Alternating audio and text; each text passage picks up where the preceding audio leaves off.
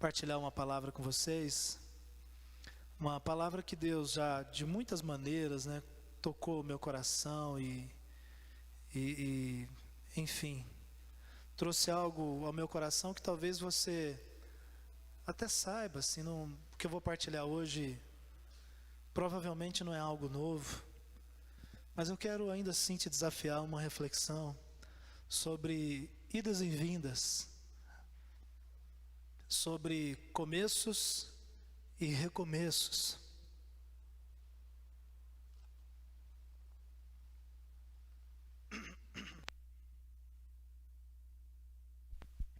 Hoje eu estou fazendo liturgia, dirigindo louvor e pregando, a voz já não está aguentando mais. Então, se falhar aí, vocês me perdoem, tá bom? Então, eu quero partilhar uma palavra sobre idas e vindas, começos e recomeços. Eu fiquei planejando e pensando, já preguei sobre esse tema várias vezes, então você também já ouviu muita gente falar sobre isso, eu não sou o único. E eu fiquei pensando assim, ao longo da semana, enfim, quando a gente é desafiado a começar alguma coisa, normalmente é mais fácil, porque a gente é tomado por um espírito ou por uma perspectiva de expectativa, não é? Quando a gente é desafiado a um emprego novo, eu não sei quantos de vocês já tiveram essa experiência, de começar um emprego novo, a gente fica assim, como é que vai ser a segunda-feira, como é que vai ser o lugar, as pessoas, enfim, a gente fica com um negócio gostoso no coração, dizendo assim, como é que vai ser? Talvez um pouco de medo, um pouco de receio, de reservas, talvez até uma ansiedade que é normal, uma ansiedade que não é doentia, aquela ansiedade assim, opa, chega logo porque eu quero começar, não é? Um pouco disso, não é? Quando a gente, não sei quantos de vocês já mudaram de cidade, mudar dentro da mesma cidade, talvez nem tanto, mas se alguém já teve a experiência de mudar para outra cidade, sabe o quanto é interessante esse negócio assim de você chegar num lugar diferente. Em janeiro de 2003, eu me mudei da minha cidade, onde eu vivi praticamente a minha juventude toda, saí de Uberlândia, interior de São Paulo, uma cidade já grande, naquela época Uberlândia devia ter na casa dos 500 mil habitantes, hoje ela tem quase 900, uma cidade muito grande. Mas eu saio lá de Uberlândia, interior de Minas Gerais, uai, sou, trembão, aquela vida tranquila. Uberlândia é uma cidade grande, mas é uma cidade tranquila, é interiorzão. E aí eu saio lá de Uberlândia, eu já era casado, mas a mudança eu fui primeiro sozinho. Desci no ônibus, na minha mudança que eu levei comigo foi apenas uma mala e uma caixa com algumas coisas que eu ia deixar no apartamento que eu estava indo para alugar, não tinha nem alugado ainda, lá em São Bernardo do Campo. E aí o ônibus descia lá na rodoviária do Tietê. Imagina, o sujeito viajou na quinta noite e chegou no Tietê de manhãzinha, sexta-feira de manhã. Quem já passou por ali sabe que é tranquilo ali, quase não tem gente. E aí, com aquele medo, gente do interior, quando vai para a cidade grande, fala assim, nossa, eu vou ser assaltado a qualquer momento. Então, qualquer barulho, qualquer pessoa que me olhava meio atravessada, eu já falava assim, nossa, lá vai, agora vai, agora não vai ter jeito. Então, até eu desci ali na rodoviária do Tietê, não tinha celular, não tinha, gente. Não tinha celular, não tinha conhecimento.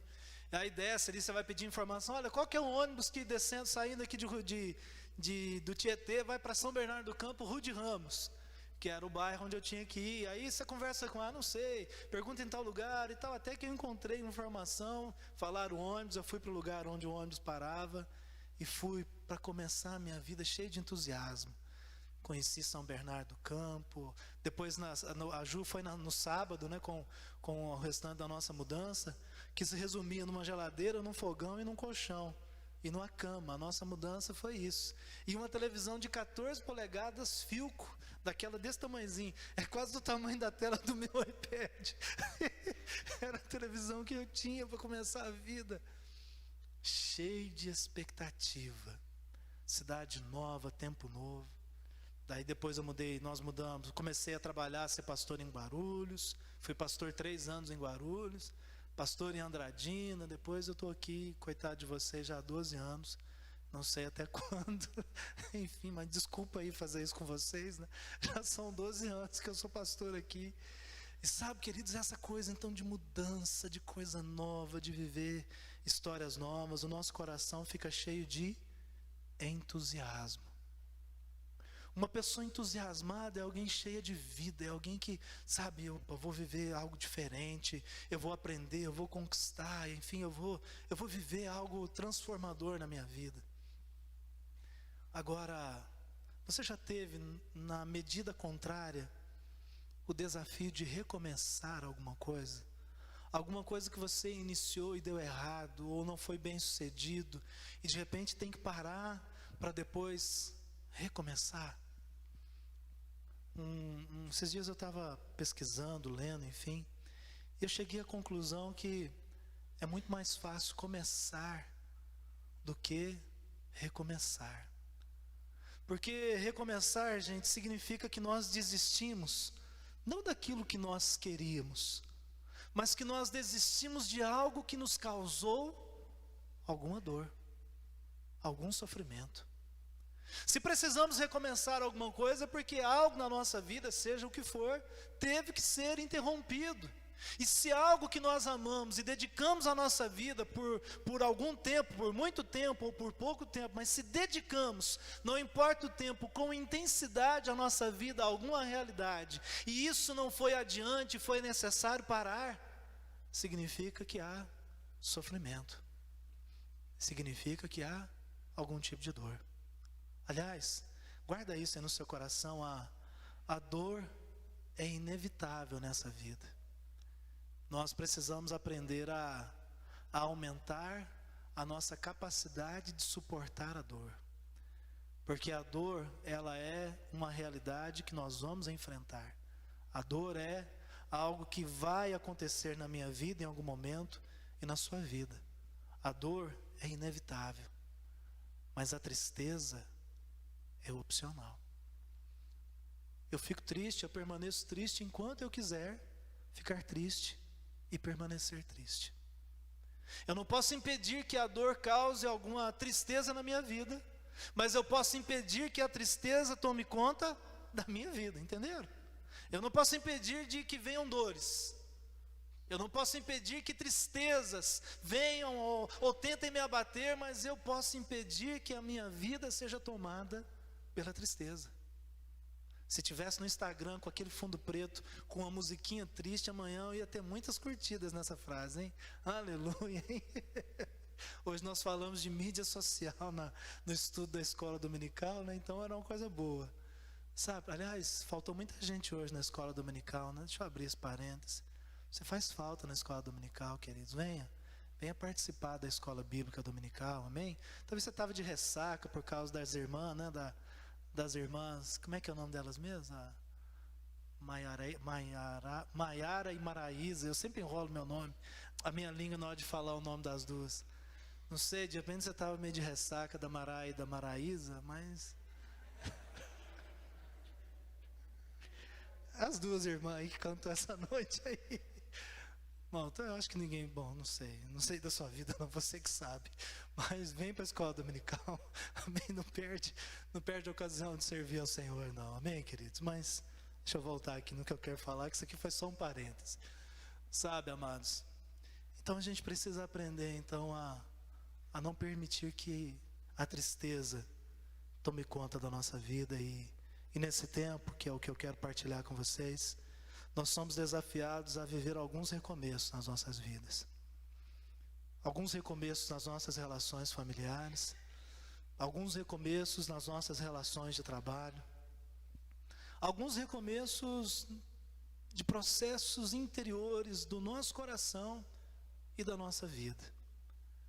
Eu, nesses últimos 2 anos, eu posso dizer assim, eu tive que me redescobrir, e ainda estou tentando, na verdade, me redescobrir como pastor.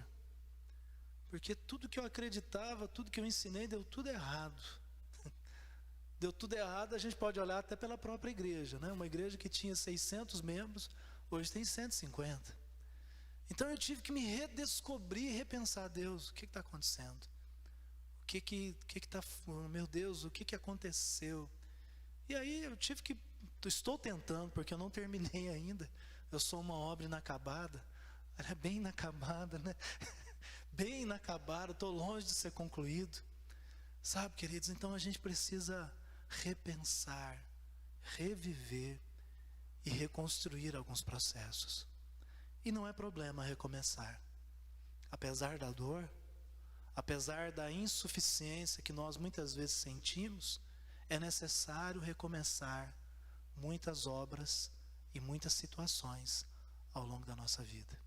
Então nessa noite eu quero te desafiar a entender o seguinte. Eu às vezes ouço as pessoas dizendo assim: para mim já deu, pastor, já é suficiente o que eu fiz, não tem mais nada a fazer pela minha família. Ou, pastor, pela igreja também, olha, eu já contribuí, eu agora vou me limitar a participar dos cultos. Eu ouço muita gente falando isso. Você talvez também ouça isso. Talvez você seja até um daqueles que falam isso. Mas eu preciso te dizer o seguinte: se você está vivo, amém? Todo mundo está vivo aqui? Amém? Aleluia, glória a Deus. Está respirando? Faz que nem a gente fazia com o bebezinho, né? Quando dava a gente bebezinho, a gente ia lá e punha o dedo no nariz para ver se estava... Você já fez isso, pai e mãe? Então tá bom. Aleluia, eu não fui o único. Então, está respirando? Então está vivo. Então, não acabou a sua obra ainda. Ainda existem coisas para serem feitas. A obra está ainda em andamento, ainda não foi terminado. Você, todos nós, podemos nos sentir às vezes desanimados, talvez entristecidos, talvez sem força, desiludidos, talvez simplesmente sem saber para onde ir ou o que fazer. Mas nessa noite, querido, eu preciso te desafiar, e toda essa realidade de liturgia, de louvor e de pregação nessa noite, é algo que Deus mostrou, que Deus trouxe ao meu coração para mostrar a mim e a você, para que nós possamos partilhar de uma verdade. Apesar dos problemas, a vida continua. Amém, queridos? Isaías 43, versículo 19. Vamos folhear um pouco da Bíblia aí. Apesar dos problemas, a vida continua. Amém, queridos? Olha o que o texto diz. Nós acabamos de cantar isso através da canção. Isaías capítulo 43, versículo 19. O profeta está dizendo assim: eis que faço coisa nova, que está saindo à luz. Porventura não percebeis? Eis que porei um caminho no deserto e rios no ermo. Para Deus ter que fazer um caminho no deserto, significa que a estrada verde, florida, ela secou. Para Deus fazer um rio no deserto, é sinal que onde havia abundância de água, cessou. Apesar dos problemas, meus irmãos e minhas irmãs, a vida continua. E esse Deus que pega a nossa vida no estado em que ela está, no local em que ela está, seja um deserto ou seja um ermo, seja um lugar de sofrimento ou um lugar de paciência, um lugar de glória ou um lugar de aflição, o Senhor pega a nossa vida e diz: eu posso fazer coisas novas. Repito, se é necessário que Deus faça um caminho no deserto, é porque aquelas lindas estradas, e eu gostava, agora até perdi um pouco o gosto disso, mas eu gostava tanto de viajar, de fazer as visitas pastorais na igreja, em São Paulo, quando eu ia, e eu sempre ia observando a estrada mais bonita que eu já dirigi até hoje, foi no sul de Minas Gerais, entre Varginha e Poços de Caldas, uma estrada sinuosa, cheia de curvinhas, mas aquela estrada cheia de árvores, aquelas árvores caindo, as folhas, misericórdia, as folhas caindo, aquela estrada gostosa, aquele ar gostoso. Minas Gerais é demais. Alguém já foi em Minas Gerais? Se não foi, está perdendo. Vai lá visitar Minas Gerais para vocês verem. Gente, o trem é bom demais só. Então assim, aquela estrada gostosa, verdinha. Ai, que coisa linda.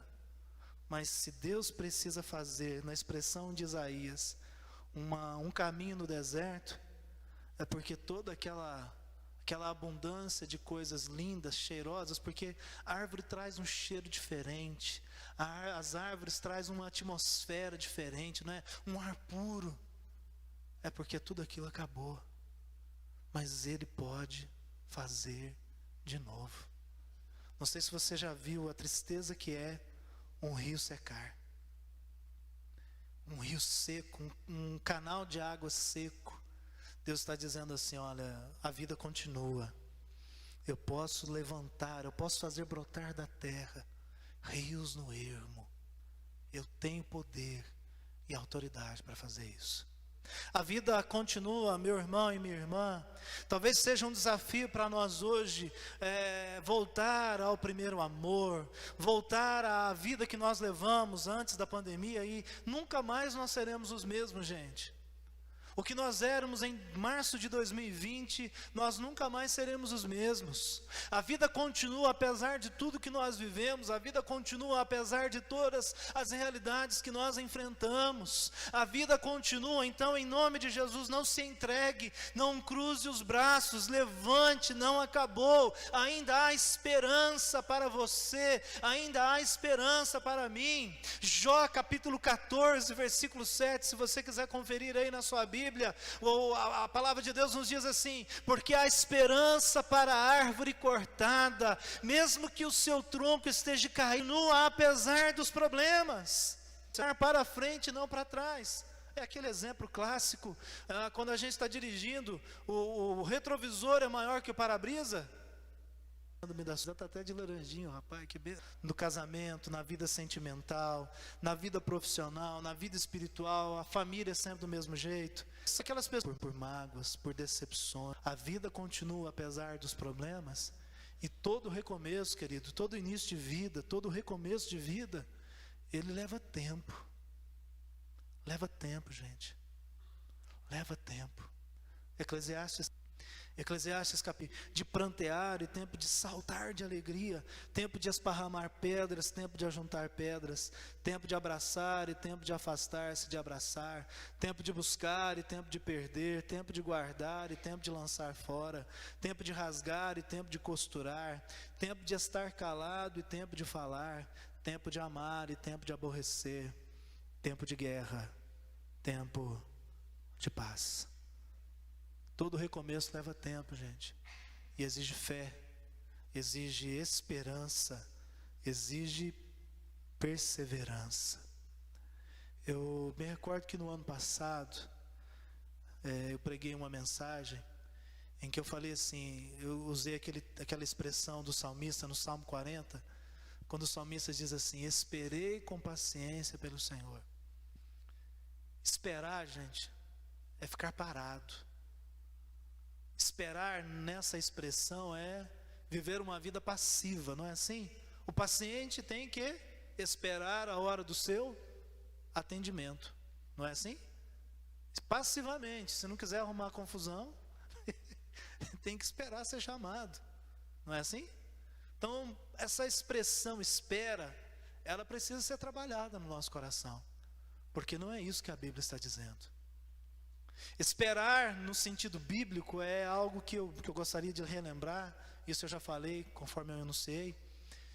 Esperar no sentido bíblico é uma ligação entre esperança e perseverança.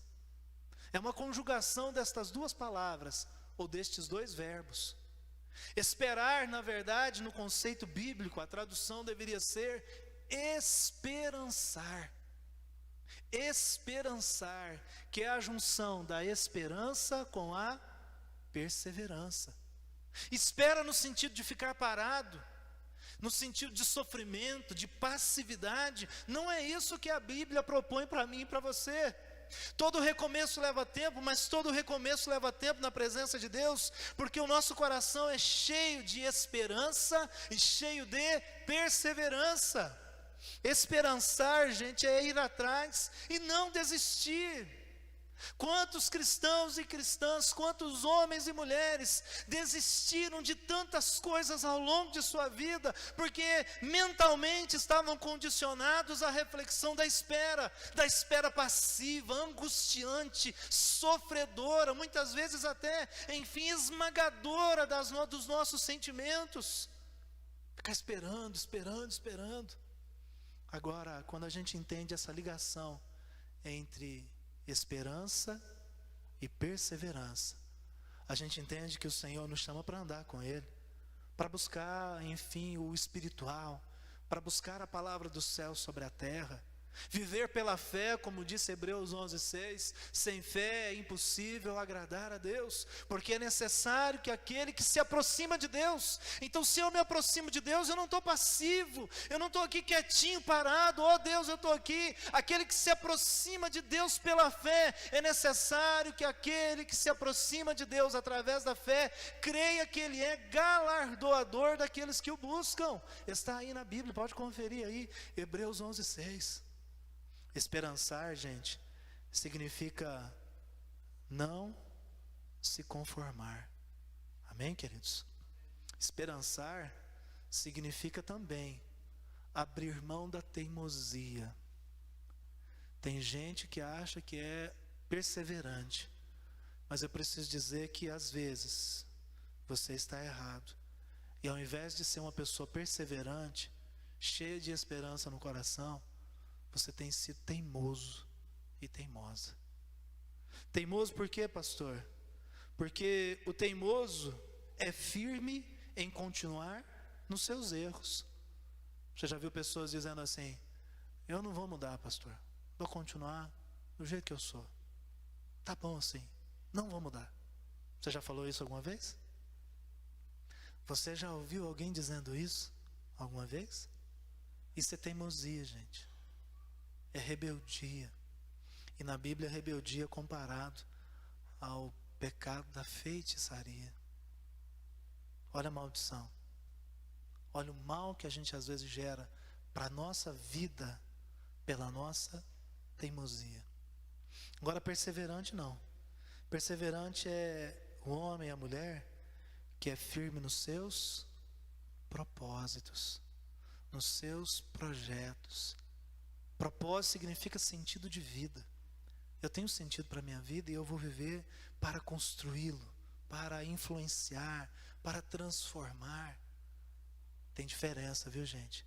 Entre ser uma pessoa teimosa, que insiste no erro, e ser perseverante, que entende o chamado e o propósito de Deus para a sua vida. Amém, queridos? Amém, queridas? Recomeçar só é possível na presença de Deus. Isso também é algo que a gente precisa entender. Nós queremos às vezes recomeçar, e aí é muito comum, por exemplo, um casal teve uma discussão, teve uma briga, e aí fala assim: vamos começar então, vamos lá, vamos recomeçar o nosso casamento. Vai e volta para casa, fala assim: olha, eu vou ser o melhor marido, eu serei a melhor esposa. E eles começam sozinhos. Daqui 15 dias, os maus hábitos que tinham antes voltam todos, na mesma medida e na maioria das vezes, numa medida muito maior. Porque a gente só pode recomeçar a nossa vida. E recomeçar significa fazer coisas diferentes. Não é reproduzir as mesmas coisas do mesmo jeito. Recomeçar significa traçar um caminho alternativo. Recomeçar significa ver de uma forma diferente a vida e as circunstâncias da vida. Nós só podemos recomeçar de verdade, gente, e viver histórias novas na presença de Deus. Abra aí a sua Bíblia, profeta Oséias, Oséias capítulo 6. Esse texto é bastante conhecido, mas vale a pena lê-lo para gravar bem o nosso coração. Oséias capítulo 6. Vinde e tornemos para o Senhor, porque Ele nos despedaçou e nos sarará, fez a ferida e a ligará. Depois de 2 dias nos revigorará, ao 3º dia nos levantará e viveremos diante dele. Conheçamos e prossigamos em conhecer ao Senhor. Como a alva, a sua vinda é certa, e ele descerá sobre nós como a chuva da primavera, que irriga a terra. Amém, queridos? Recomeçar só é possível na presença de Deus. Deus é o maior interessado no seu recomeço. Pode até parecer que não, mas Deus é o maior interessado no seu recomeço. Ele é interessado na sua vida, na sua história. Ele tem interesse particular por você e por mim. Ele é o maior interessado nessa nova vida, nessa nova história que nós vamos construir. Ele é o maior interessado de que a sua família viva bem, viva em paz. Ele é o maior interessado que você prospere no seu trabalho. Ele é o maior interessado que nós estejamos envolvidos na missão e no reino que Ele tem confiado a nós. Jeremias 29:11, se você quiser conferir, eu acho que esse você sabe de cor. O profeta disse assim: porque eu bem sei que pensamentos tenho a respeito de vocês, pensamentos de paz e não de mal, para vos dar o fim que vós mesmos desejais. Mais uma vez eu reafirmo, Deus é o maior interessado na minha vida e na sua vida. Deus é o maior interessado no nosso recomeço.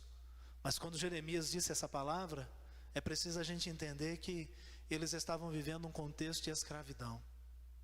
Quando Jeremias escreve o capítulo 29, a Babilônia já havia uma profecia de que a escravidão da Babilônia sobre o povo de Israel duraria 70 anos. Que eles serviriam uma nação distante por 70 anos. Por terem se distanciado de Deus, é uma punição, né? Uma consequência do pecado do povo de Israel ao se desviar do caminho do Senhor. Mas o Senhor disse assim: apesar de tudo, eu que sei que pensamentos tenho a respeito de vocês. Eu tenho pensamentos de paz e não de mal. E sabe, queridos, talvez essa seja a grande questão que a gente precisa trabalhar na nossa vida. Nós lemos na liturgia do culto, Hebreus 12, quando o escritor disse assim: lancem fora todo o embaraço e o pecado que tenazmente vos assedia. Se existe uma coisa que a gente não pode brincar como igreja, como discípulos e discípulas de Jesus, é com o pecado. Santo Agostinho, né, chamado assim na igreja católica, nos evangélicos, entre os protestantes, é conhecido como um grande pensador, um grande homem de Deus. Ele define pecado com a seguinte frase, ele disse assim: pecado é amor fora de ordem. Pecado é amar fora de ordem. Por que amar fora de ordem? Ele está dizendo assim: tudo o que ocupa o lugar que deve ser de Deus gera pecado. Então, amar fora de ordem a sexualidade, não tem gente que vive só para falar de sexo e de sexualidade, é pecado por isso, porque coloca a sexualidade no patamar que deveria ser de Deus. Amar fora de ordem as finanças, não tem gente que ama o dinheiro, e Paulo não disse a Timóteo que o amor ao dinheiro é a raiz de todos os males? Amar o dinheiro sobre todas as coisas é amar fora de ordem, portanto é pecado. Amar o marido, a esposa, os filhos acima do Senhor, fora de ordem, também é pecado, porque o primeiro mandamento é amar a Deus sobre todas as coisas, não é amar a esposa ou os filhos ou o esposo, é amar a Deus sobre todas as coisas. Então, se eu estou amando fora de ordem, isso é pecado. Se eu amo, aí mais um exemplo, os bens materiais, se eu amo aquilo que eu conquistei, ou seja, eu amo tanto esse violão, gente, ele arrebentou a corda hoje. Se eu amo esse violão, não é ainda o que eu quero é um violão um pouquinho acima desse. Esse aqui já me custou a bagatela hoje ele está em torno de R$4.000. R$4.000. O que eu quero é um Taylor, marca Taylor, que hoje está avaliado na casa dos 12.000. Eu ainda vou comprar um desse. E aí eu falei para a Ju que quando eu morrer é para enterrar ele junto comigo. Eu estou brincando. Não. Mas eu falei para ela, mas era brincadeira. Eu falei mesmo, mas era brincadeira. Sabe, então se eu amo esse violão, ou que eu ainda nem tenho, mas eu amo. Ai meu Deus, como ele é demais aquele violão. Se eu amá-lo acima daquilo que é de Deus, ou daquilo que é a presença ou a pessoa de Deus, é pecado, é amor fora de ordem. Se você ama o seu carro, a sua casa, enfim, seja o que for, o seu smartphone, né? Amém? Seja o Xing Ling, que nem o meu, né? Um Xiaomi, ou seja, uma maçãzinha, o Apple, né? Se você ama essas coisas mais do que a Deus, é amor fora de ordem. Só para brincar com você de novo. Se ontem você amou mais a Maiara e a Maraísa do que o Senhor, você pecou. Se você ama a bebida mais do que o Senhor, é pecado. Por isso que embriaguez é pecado. Por isso que metodista é absteme do álcool como bebida. E aqui, sucessivamente, eu poderia fazer dezenas de outros exemplos. Tudo que é amor fora de ordem é pecado. Nesse tempo, nós precisamos aprender, então, que nós precisamos voltar, meu irmão e minha irmã, continuamente para a presença de Deus. Nós precisamos voltar a nossa vida continuamente para a presença de Deus. Eu compartilhei na sexta-feira, com muita alegria e com honra, porque isso é uma honra. Eu fui convidado para ir lá no início da festa do rodeio. Apesar de todo aquele contexto de idolatria que existe, contexto que não pertence a nós, evangélicos, protestantes, mas o prefeito ligou para mim e falou: pastor, vem aqui orar. Vem fazer uma oração aqui para iniciar o rodeio. Não é uma honra, gente? Fala a verdade. É uma honra sim, o prefeito me ligou. Mas eu falei para ele assim, deixa eu te dar uma resposta mais tarde. Ele me ligou, era o meio-dia. Eu falei, lá pelas 3 horas eu te ligo e te dou uma resposta. Porque eu fiquei pensando, deve ter umas 10 mil pessoas lá. 20 mil pessoas, não sei quantas. Uma oração é uma oração para 20 mil pessoas, né? Uau!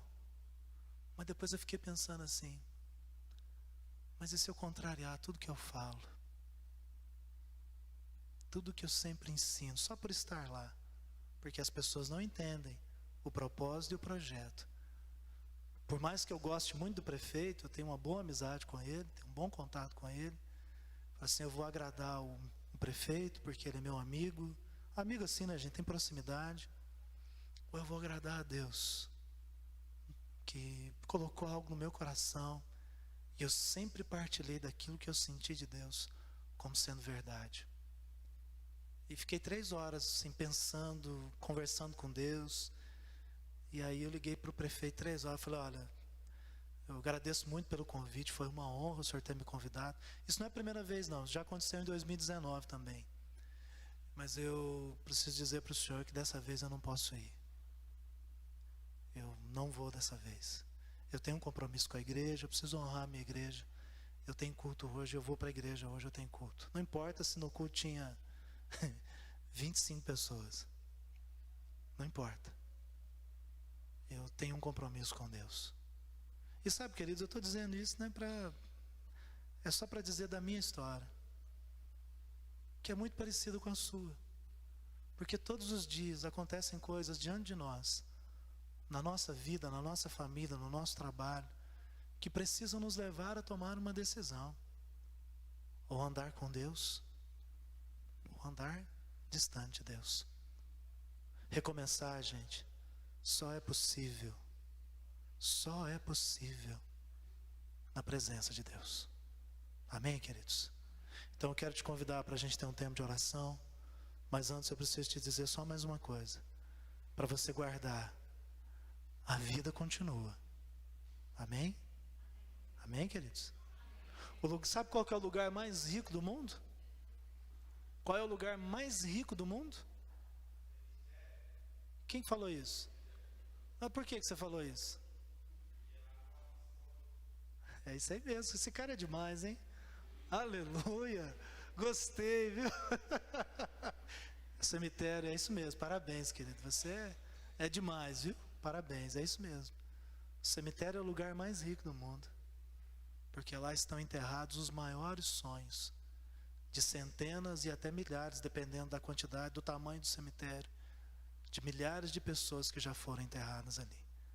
Agora, mais uma vez eu te pergunto, você está vivo? Está respirando? O coração está batendo firme aí? Toque, toque, toque, toque, toque. Então, a vida continua. apesar dos problemas. Não espere solução fácil. Volte-se continuamente para a presença de Deus.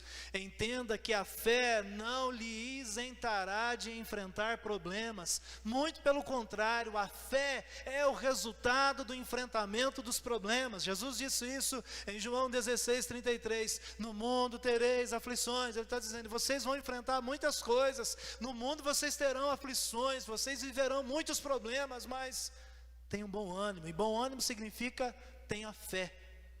Tenha fé. Eu venci o mundo.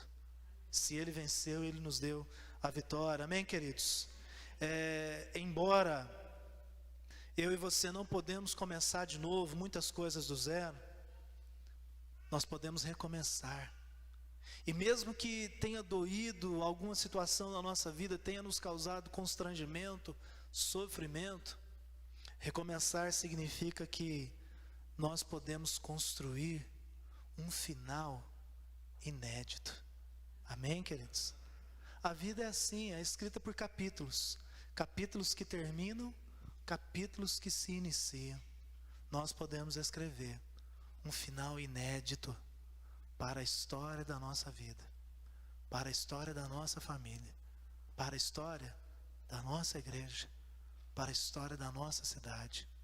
Nós podemos fazer com que as coisas novas de Deus sejam uma realidade aqui, entre nós nesse tempo. Amém, queridos?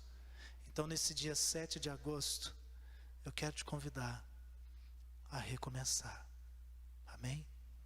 A recomeçar na presença de Deus, em nome de Jesus.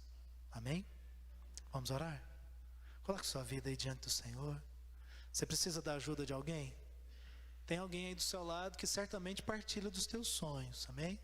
Se não tem ninguém assim muito íntimo de você, tem alguém chamado Espírito Santo. E o Espírito Santo, de acordo com Romanos 8, ele intercede por nós com gemidos inexprimíveis.